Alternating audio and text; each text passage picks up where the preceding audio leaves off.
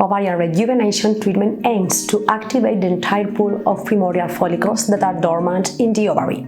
One of the ovarian rejuvenation technique is platelet-rich plasma, PRP. Platelet-rich plasma is obtained from the patient's own blood, which is centrifuged, separating the portion of the blood that contains growth factors.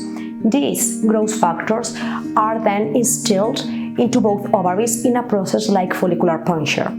It will be performed under sedation, it will not require hospitalization, and it's on an outpatient basis.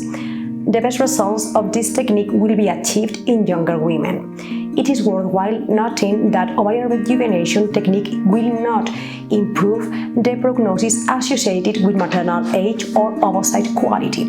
What is going to be achieved is to try to increase the number of follicles that we will be able to stimulate in an IVF cycle. That is to say, the greater the number of eggs, the greater the number of embryos that will be able to be selected and transferred, thus increasing the possibility of making the treatment a success.